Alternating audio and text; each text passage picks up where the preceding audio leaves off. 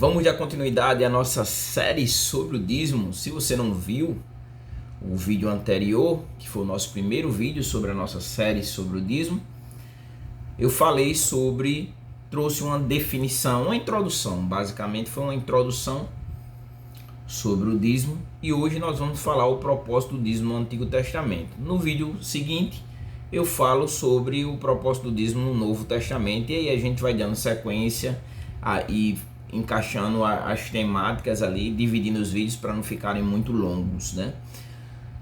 Dízimo, quando nós falamos, dízimo significa décima parte, né?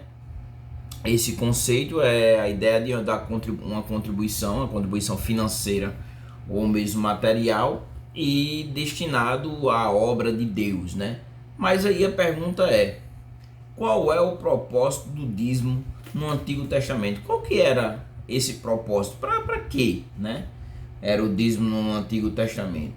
E no Antigo Testamento tinha múltiplos propósitos, como nós vamos ver aqui. Eu separei alguns propósitos. Então existia múltiplos propósitos, né? E ele também era uma parte integral da lei mosaica, né? Depois eu vou fazer também uma sériezinha sobre a lei de Moisés.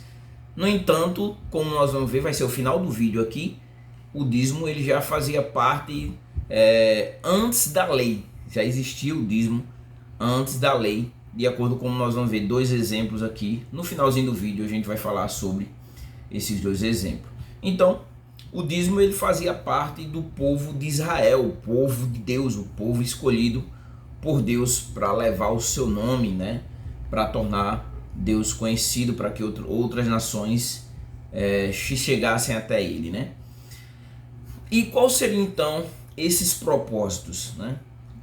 Então, para que era arrecadado esse dízimo? Para que era então destinado esse dízimo? Aqui eu trouxe alguns exemplos que a gente vai trabalhar, e aí com alguns textos bíblicos para trazer como fundamentação.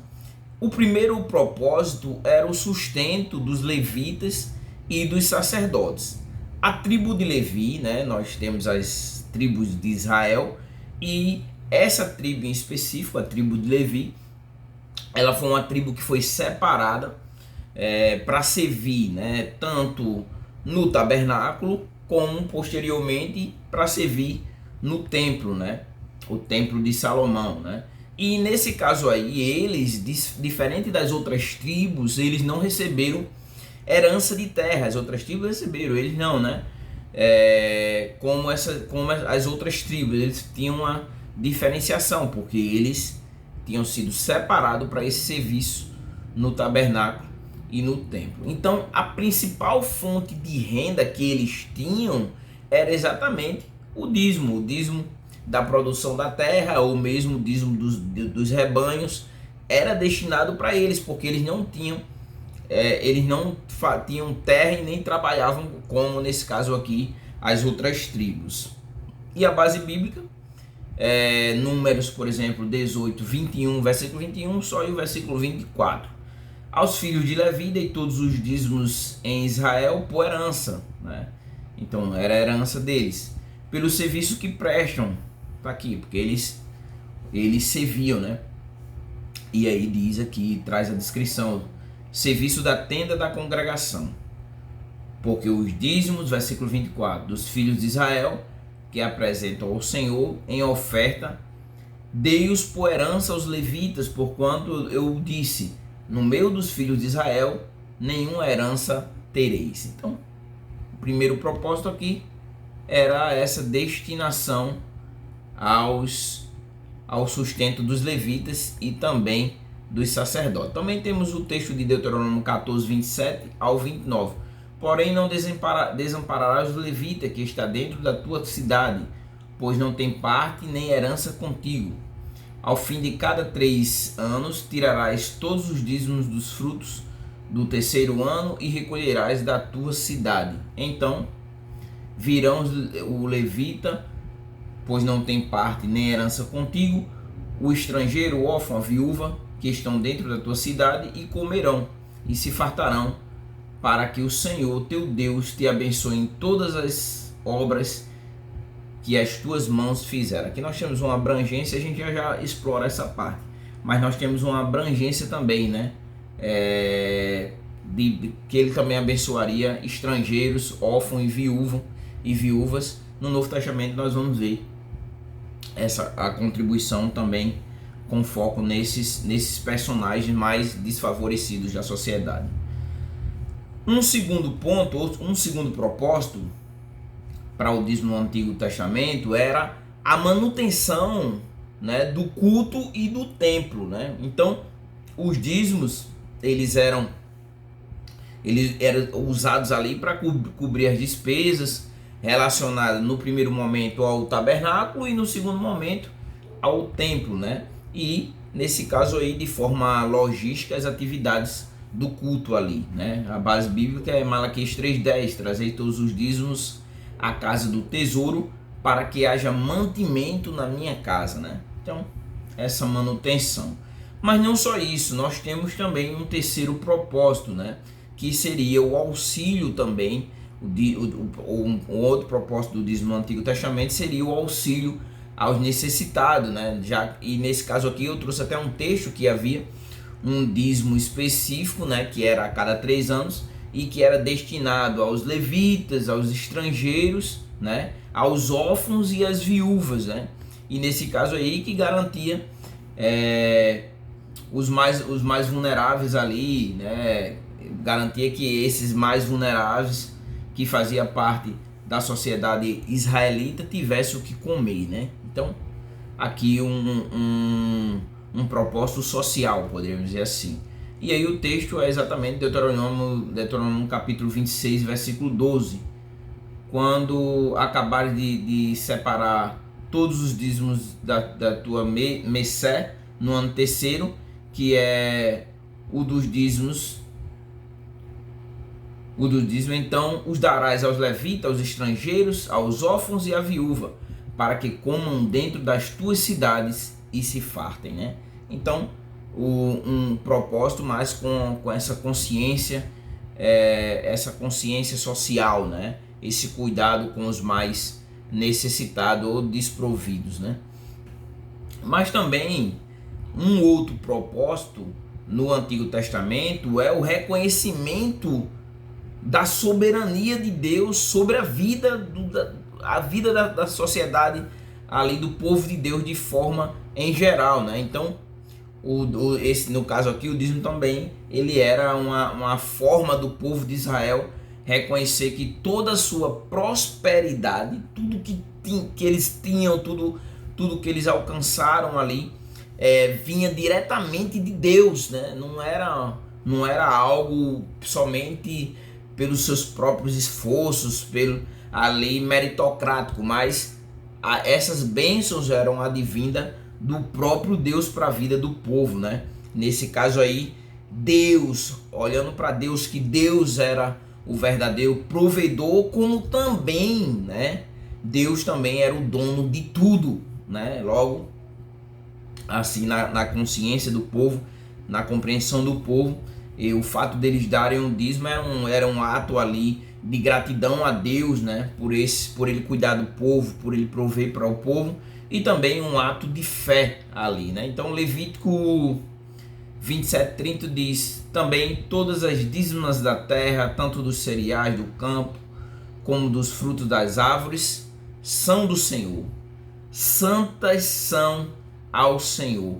E Provérbios também, ainda dentro dessa compreensão, o versículo 9 e 10 diz: honra ao Senhor com os teus bens e com as primícias de toda a tua renda, e se encherão fartamente os teus celeiros e transbordarão de vinho os teus lagares, né? Lagares. Então nós vemos aqui essa compreensão de gratidão a Deus pelo que ele nos dá, pelo que ele provia ali para o povo, né? Então eles ali traziam as suas contribuições e dizimava como forma de gratidão. É mais um dos propósitos, né? Agradecer a Deus. Agora, uma observação aqui, já dentro da nossa temática, uma observação que eu preciso fazer para que no próximo vídeo a gente seja abordado o dízimo no Novo Testamento, né? É que existia o dízimo antes da lei, porque os textos que eu fiz referência, né, ou a abordagem que eu fiz na lei, né, principalmente essa contribuição do dízimo para a sustentação da tribo de Levi, né?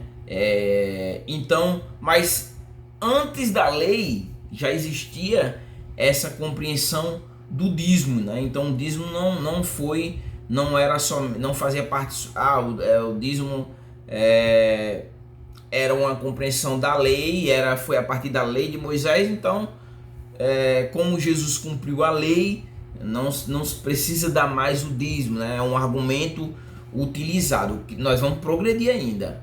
Eu não tenho conclusão nenhuma. Então, a gente está seguindo, estudando o tema e trazendo alguns versículos, estudando os textos e trazendo um ponto crítico, né? Mas é exatamente isso. A compreensão é que o dízimo ele já existia antes da lei, né? Abraão, ele vai dar o dízimo de tudo após como eu tratei no vídeo anterior, após uma batalha ele vai dar o dízimo a Melquisedeque, Gênesis 14:20. E bendito seja o Deus Altíssimo, né? A reverência, o reconhecimento, a descrição, né, de Deus Altíssimo, e é bendito, né? Que entregou os teus adversários nas tuas mãos, né? O segredo da vitória de Abraão na batalha foi o próprio Deus que entregou os seus inimigos em suas mãos. E o versículo finaliza: e de tudo lhe deu Abraão o dízimo, né? Um reconhecimento ali do sacerdócio de Melquisedeque, né? Abraão reconhece e ali dizima a ele. Nós não temos muito aprofundamento com relação a Melquisedeque, como funcionava esse sacerdócio, nós não temos, né? No Antigo Testamento, mas nós temos esse ponto aqui e esse marco aqui com relação ao dízimo. Depois também nós temos Jacó, ele prometeu que daria o dízimo a Deus, né? Se Deus tivesse com ele, abençoasse ele, como nesse caso o Jacó, ele vai fazer um voto. Gênesis no capítulo 28, versículo 20 até o 22, que vai dizer assim: fez Jacó um voto dizendo: se Deus for comigo, no caso, ele queria a presença de Deus na vida dele, né? E aí ele traz algumas colocações do que ele queria dessa presença de Deus na vida dele. E me guardar, no caso, proteção, né? E nessa jornada que empreendo, e me der o pão para comer e roupa para que me vista, né? Subsistência, né? Ele diz o que ele quer de Deus, a presença de Deus, e que Deus cuide dele, de maneira que eu volte em paz para a casa de meu pai. Nesse caso ele queria regressar, né? Então ele queria que Deus trouxesse essa promessa na vida dele do regresso, né? O que seria o objetivo dele querer essa presença de Deus e os cuidados de Deus. Então o Senhor será o meu Deus, reconhecimento de Deus, de soberania de Deus na vida dele. E a pedra que erigi por coluna será a casa de Deus, né? Um local de culto. E de tudo quanto me concederes, certamente eu te darei o dízimo, né? Então ele tinha conhecimento exatamente da prática do dízimo, né? Abraão, Isaac e Jacó, né? Os patriarcas, né? Nesse caso Jacó também tinha essa consciência, né? Embora o texto não traga a quem ele daria esse dízimo, né? Já que ainda não tinha sido promulgado a lei, né? E a tribo de Levi, e então nesse caso aqui não tem um direcionamento, né, do dízimo, mas tem a consciência de que ele existia e que era uma 10ª parte, né? Na prática, né, quando nós olhamos para o dízimo antes da lei, nós vemos que era uma prática voluntária de adoração, tanto com relação ao próprio Abraão, como também com relação a Jacó, né? E também uma forma de reconhecimento das bênçãos de Deus, no caso de Abraão, por ter vencido a batalha. No caso de Jacó, pelo cuidado de Deus, né? E a promessa dele regressar, né? Do regresso dele para sua terra, né? Para os seus. Então é isso, nós abordamos, né?